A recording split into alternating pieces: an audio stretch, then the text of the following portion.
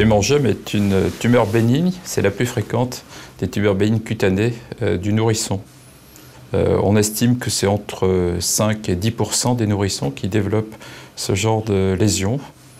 Et parmi ceux qui en sont atteints, environ 5% ont des formes qui sont relativement graves pour justifier un traitement.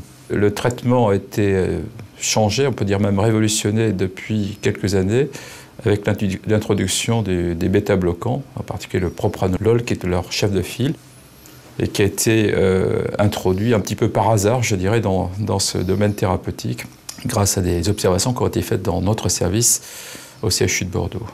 On peut dire qu'il y a eu un phénomène de hasard majeur dans cette constatation, puisque l'enfant, qui était le cas où l'observation a été faite, avait une complication de la corticothérapie générale à forte dose, qui est une complication cardiaque, une myocardiopathie à haut débit. Et cette myocardiopathie a fait prescrire par un collègue cardiologue du propranolol. Et grâce à l'observation, justement, ce qui se passait non pas sur le cœur mais sur la peau, on s'est aperçu qu'il y avait un effet majeur et qui était insoupçonné.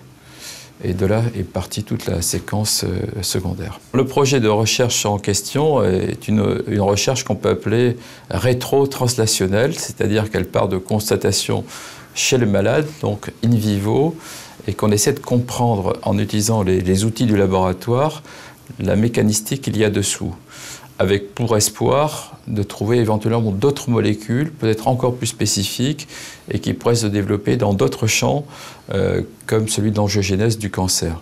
Grâce à la Fondation de l'Avenir, et en particulier soutenue par la Matmut. Ce qui motive le groupe à soutenir ce type de projet, c'est simplement de faire avancer.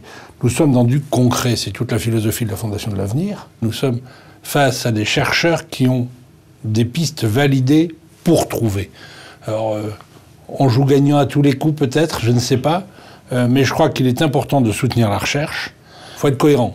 On ne peut pas tout à la fois se plaindre que les chercheurs ont tendance à quitter le territoire et à aller dans d'autres contrées, qu'elles soient à l'est ou à l'ouest, et ne rien faire. C'est pas possible.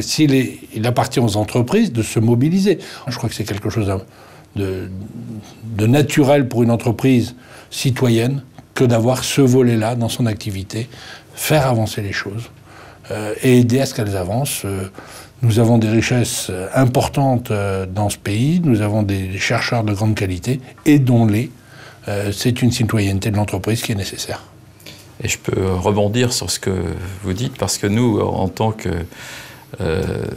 médecins, chercheurs, la recherche de financement est une partie de notre recherche aussi, de notre temps. L'objectif de travailler sur cette recherche médicale appliquée, c'est quand même aussi le lien fort qu'a la Matmut au milieu de la mutualité santé. Nous sommes une partie intégrante de la Fédération nationale de la mutualité française. Être en capacité d'encourager le maintien du niveau technique des équipes médicales dans ce pays, être en capacité d'aider à ce que les choses avancent, nous paraît être complètement dans la mission d'une mutuelle d'assurance faisant partie de la Fédération nationale de la mutualité française.